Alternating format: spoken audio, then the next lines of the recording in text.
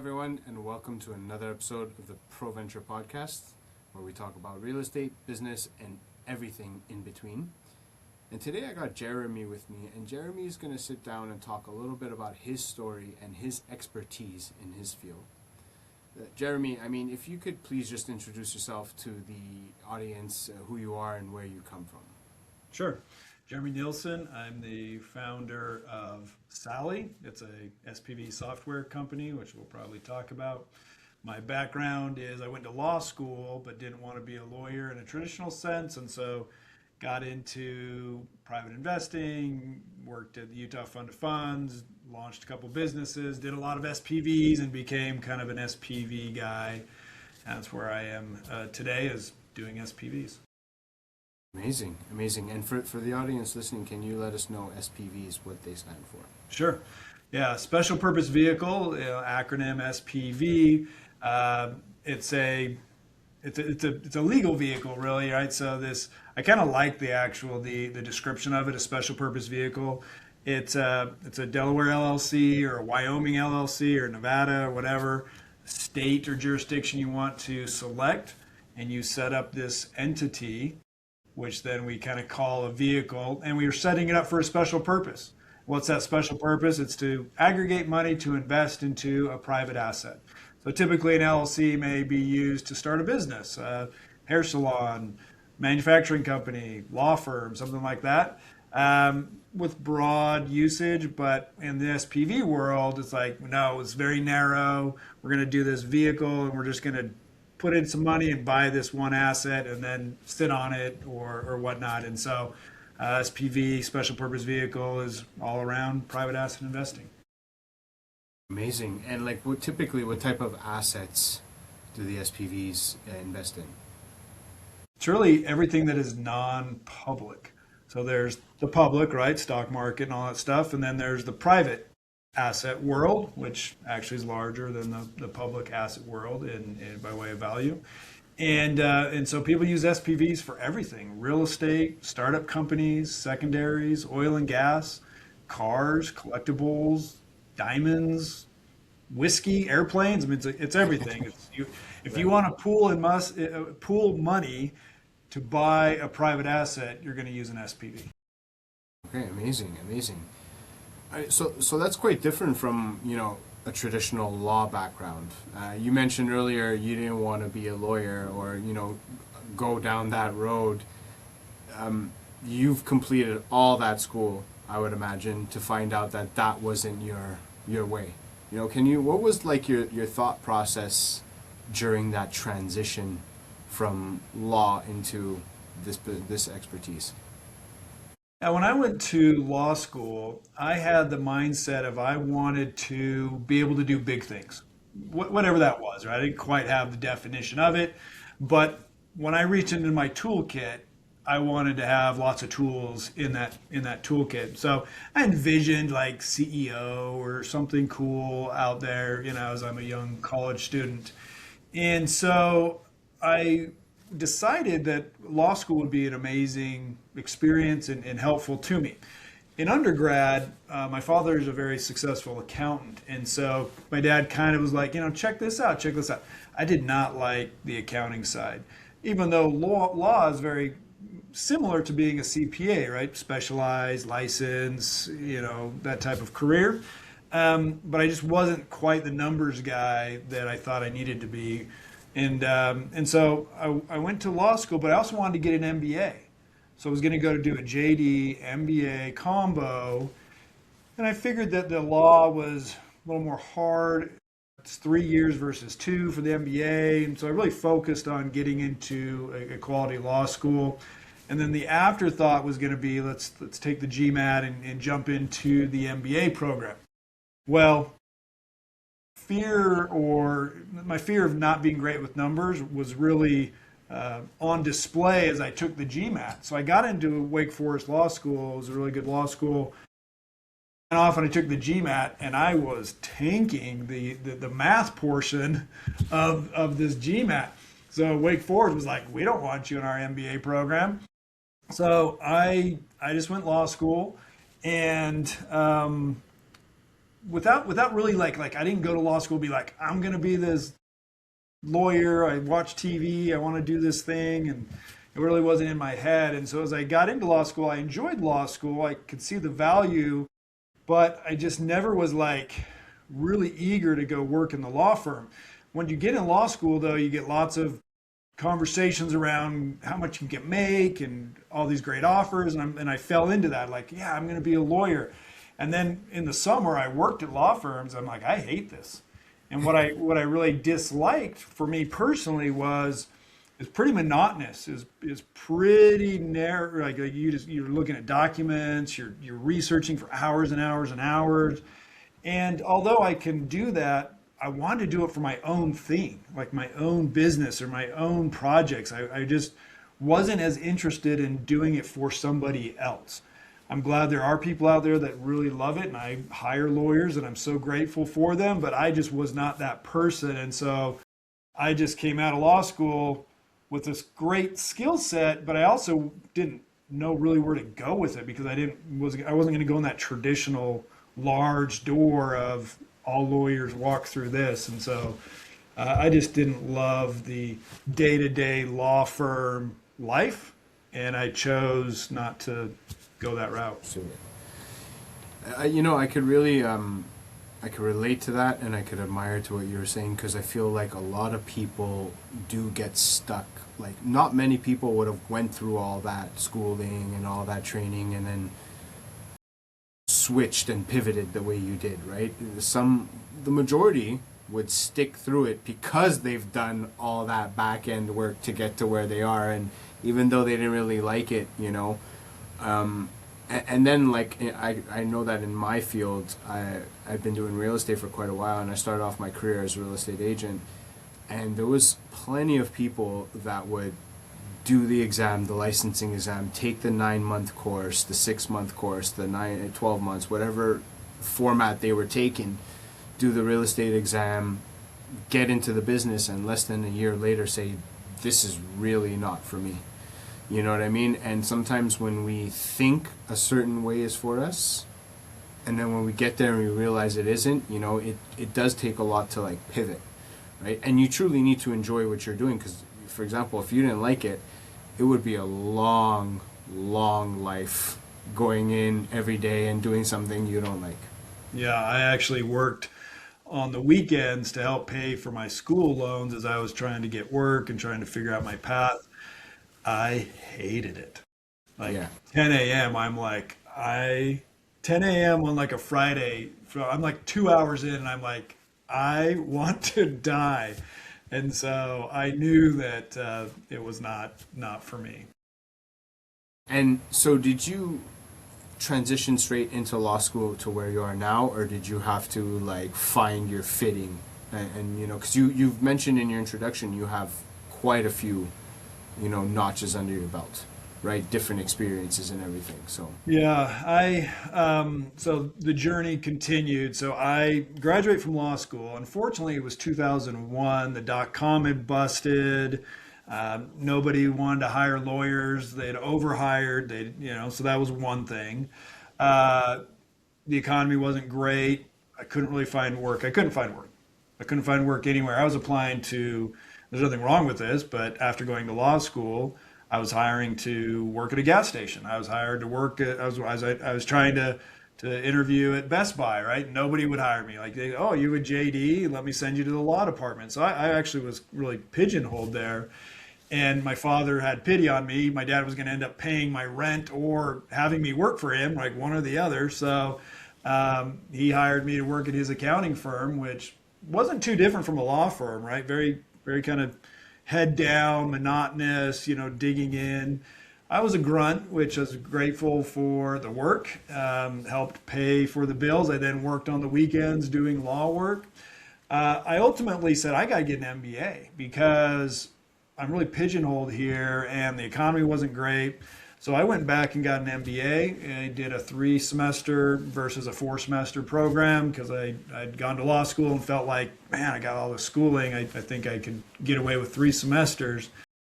And that's really kind of where it broke for me, meaning I I went to law or went to MBA school, and then there was this program that was offered to the students called the University Venture Fund. It was for these university students to start playing in the space, and they would do due diligence for venture capitalists, and that was super exciting. So I actually basically went to class and then ran over to this off-campus group, and I spent all my time there. Having gone to law school, I was more skilled at test taking and all that stuff than my classmates. So I was able to spend less time studying and still get good grades. And so I spent all my time over at this University Venture Fund program, and a job came through that program. They were very narrow in their outreach, and it was called the Utah Fund of Funds. And this was a state of Utah program. Legislation got passed, and they were going to launch this state program to bring private equity and venture capitalists to the state of Utah to evaluate Utah's talent in companies. And so I'm like, I want that job. So I applied, and I had never felt the desire to work someplace as much as I wanted to work here. I'd interviewed at law firms, and like my heart wasn't in it. So I knew what that felt like. And I'm like, I want this job. And my law degree got me that job. You know, when I finished going to law school, I'm like, I'm going to cash this in. I don't know if it's in 5 years or 10 or what the value is, but that very first job that I really wanted, I got that job because I had that law degree, and so that's what really kind of launched me into private asset, private equity, is that Utah Fund of Funds job, and then that was the path I started to travel. And how long did you stay at that Utah? So it was 7 years, $300 million program, invested in 28 different venture capital and private equity firms. It was amazing. It was an amazing job for me. Got to, I got to do things way beyond what my skill set was and what I should have been able to do. I was 28 years old, got to be the managing director of this program. And it was amazing. It was so cool, and so grateful for that opportunity. And did that opportunity, because I mean 7 years is a long time, right? You surely must have learned a lot from there. Did that opportunity help fuel you in your success where you are today? Like, is there anything that you've learned that you've translated to today? Absolutely. So learning all about private equity, and I'll tell you one experience that was so unique for me was we got the program launched. We had money in the bank. We had hired a third-party admin to kind of help babysit, be the adults in the room. Like I was junior. We had a nonprofit board, and it was time to spend this money, invest in companies or venture capitals, people, groups that would come then to the state of Utah and invest in Utah entrepreneurs. And so the advisors lined up a day of pitching. So there's like 10 groups that came in. And I remember hearing that very first pitch from that very first firm, and I'm like, this is the greatest firm ever. These guys are the world's greatest, right? And then the second pitch happened. And I'm like, wait a second.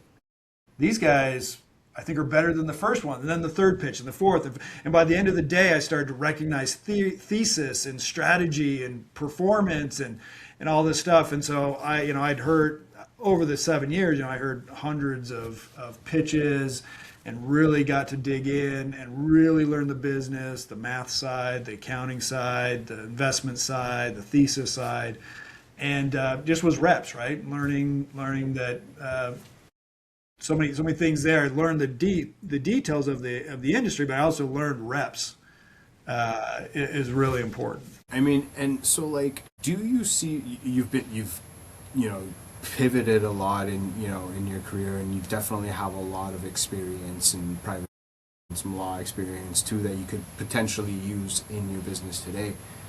Like when it comes to, like some people just know, for example, where they are, this is it. This is some people call it a calling, some people call it a lane, some people call it a vibe, an energy, right?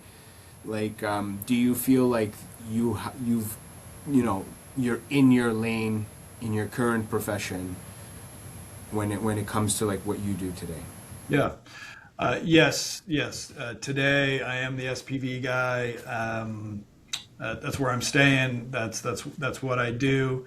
But to me, it didn't come as a calling. It actually was kind of forced upon me, if you will. And so the story goes is I left the Utah Fund of Funds, tried a bunch of stuff, tried to do my own thing, failed and failed and failed. Ultimately, started to get my feet under me, started to get some clients, started to build some products and services that were people were buying. And then AngelList called me one day. And AngelList. Angels List. Angel List. Angel List. Okay. Angel List. There's Angie's List, and so that S kind of gets thrown in there sometimes, but it's Angel List. And they're in Silicon Valley. And what had happened was the Jobs Act had passed, and these groups were starting to realize what they could do with online systems and know your customer, and some stuff like that was changing. And some no action letters got released by the SEC, and so I get this phone call, and he says, "Hey, I've recommended to call you. We're looking for somebody that can do funds in bulk." And I didn't really know what that meant, but I'd done the Utah Fund of Funds. I'd done due diligence for the SBA. I've done consulting with groups. I'm like, I can figure this out. Whatever this is that you need, I'm going to say yes. And so we started doing these SPVs for AngelList, and then everyone else started to call, but I didn't think it was going to be anything. I thought maybe it was a little bit of revenue on the side, and it took 18 months before my co-founder and I said, there's something here. Like, this is doubling and then doubling and then doubling, and we're not even marketing. Like, this is crazy. So we basically pushed all other side projects, other little business lines. We shut them all down and just went all in on SPVs. And so that's really how I got started in it. And my legal background, again, cashed in again, because SPVs are very legal. And so that's really where it came, and that's how kind of the calling came to me, was somebody kind of forced it on me. Yeah. And I mean, you mentioned that they're very legal, so it must be regulated. You're handling people's money, right? You're handling investments, you're handling returns, you're handling so much. So there must be some sort of, regulation around that world that your law background might have definitely helped you in. Just even, for example, private equity is very regulated. It's a very regulated business, right? So the fact that you had that law background, even though you hated being in the law field, it did pay off at the end of the day. Definitely paid off. And I did hate doing that, but I love that I can figure things out myself. It's almost like someone that can code, who maybe doesn't want to code every day, but they can jump in or understand it, or have deep conversations. So with my law degree, I can figure this out. I can talk to a lawyer. I can understand this. And I've talked to a lot of people that don't have that law degree, and they're like, I just get nervous. Like, the lawyer says 2 + 2 is 5, and I just say yes. Like, I don't feel comfortable arguing or whatnot. And I have no problem, right? Like, pushing back and arguing it and digging deep with that. And so, SPVs, private equity, private assets, investing is all very legal, regulatory documents, IRS, SEC, all that stuff. And it just works for me from the training I have and the brain that I have. And so you had mentioned earlier you failed and failed and failed. And I don't want to say shine a light on that every time I have a guest that mentions failure, but I'd like to talk about that, because I think that failure is a part of success, and the most successful people have failed in something. And I think that a lot of people on the other side of that fence, a lot of people don't have the courage to go after the things that they want because of failure. And I think that the fear of failure prevents them from getting back in the game. Some people fall off the bike and never get back on. How have you dealt with failure in your life? I would say it goes back to really who I am, and I just need to build. I just have to create. And I have a really, really hard time doing other people's stuff. And nothing wrong with that, right? But it kind of displayed itself in the law, right? It was like, hey, someone's going to walk in, they're going to tell you all about their situation, their problems, and they want you to help them solve it. I'm not interested. And I'm not, it's not saying that that I'm correct or wrong, right? That's just me. Right? I'm just not that interested. I just can't put forth the passion that is needed. And I love it when I hire an attorney and they're as or more passionate than I am about my problems. I love that. But that's just not me. And so I've tried to work for other people and I'm just not that passionate. And I love control. And what I mean by that is I just want to control my destiny. I want to control like outcomes. I just want to be really deep and involved in the outcomes. And so I perhaps am a broken entrepreneur where I just have to do it, right? I just have to keep jumping off that bridge and keep trying. And so when I left the Utah Fund of Funds, I thought about going and getting a job. I interviewed for some jobs, and there's multiple things that encouraged me. One, I just felt very strongly, I'm a religious person. I just felt strongly that I should stay in Utah and work on my own thing. I also interviewed at other places, and they're like, well, you could start as an entering analyst, right? And I'm like, I just did 7 years building this program. It's just not that interesting to go live in Boston as a starving analyst after all the experiences that I've had. And so I launched my first idea and nothing, right? Nobody wanted it. Nobody would buy it. So I came up with the second idea. Again, nobody wanted that. Nobody would buy that. Then I had an opportunity to put in for an RFP to do a fund of funds for another state. So basically, Nevada had an RFP. And every time they had a meeting, they talked about the Utah Fund of Funds and how amazing it was. And if we could get something like that. And I thought, great, I'll do it, right? I did the Utah program. I'll do it for you.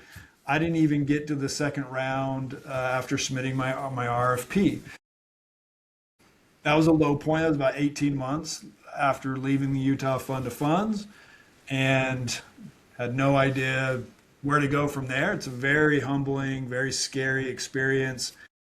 And the way I described it was I need to take my 10 years or 8 years of experience and flush it down the toilet. Like nobody wants me in the format with my experience, with my background. Like I can't get anything going here, and to say I'm going to start over with my career, it's very scary. And that's where I was at.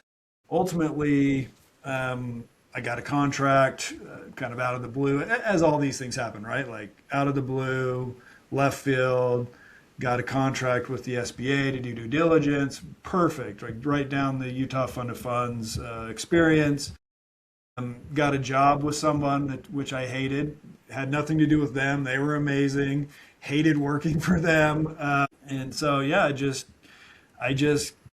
don't know. I just keep getting up. Right? What's the alternative, right? You just gotta keep going. Yeah, I think that like defeat is only, determined when you quit, basically, right? How do you beat someone that never quits? So, and I think that's a mindset thing too. You had mentioned that. It's a mindset, you had alluded to it being a mindset thing and a personality trait. Some people just, at the first sight of pushback with adversity, they just give it all up, right? But some people just have the courage to continue going. You know what I mean? So, and I think that, like, a lot of people don't, like I'm part of property management groups and everything. And for example, somebody yesterday posted she's fed up with the business, she's burning out, like she's thinking of quitting. she's been trying to build her business for the last 2 years, 3 years, thinking of quitting, and my answer to her was adapt and overcome, but don't quit, right? Because sometimes we quit right before our breakthrough, right? And so I definitely think that's a mindset issue. So for anyone listening to you today, what would be the number one piece of advice you'd offer somebody who's, struggling to find an avenue or a lane, right? And failing and trying different things and maybe suffering from a little bit of imposter syndrome? What would be that number one piece of advice you'd offer?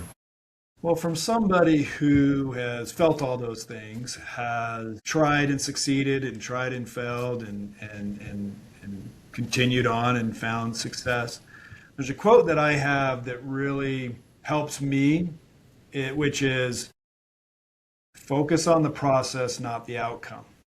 And that's very difficult for me because, right, like you work hard and sales aren't coming in or revenue's not coming in. And just from somebody who has worked the process and kind of gone the journey, right, starting point, and gun goes off and made the laps and made it to the finish line, I can testify that focusing on the process and not the outcome is a successful formula or recipe for me.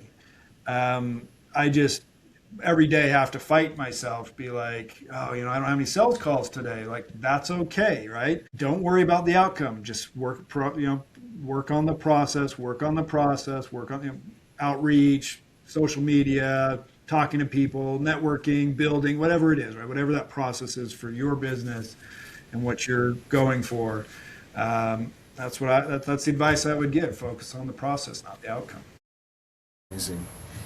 And no, like last question, for anyone who's looking to connect with you, who loves what you said here today, where could they find you? Yeah, LinkedIn's a great place to find me. I also have a YouTube channel called All Things SPVs. So if you really want to nerd out on the nuances of SPVs, that's where you would go. Want to connect, LinkedIn and Sally.co is my website. Amazing. Well, Jeremy, thank you for having this conversation with us today. I really appreciate you taking the time. And for anyone who's listening to the show, be sure to like, follow, comment, or subscribe wherever you're listening: Facebook, Instagram, YouTube, Apple Podcast, or Spotify. Until next time, guys, thank you. Jeremy, thanks once again. Thank you. Thanks for having me.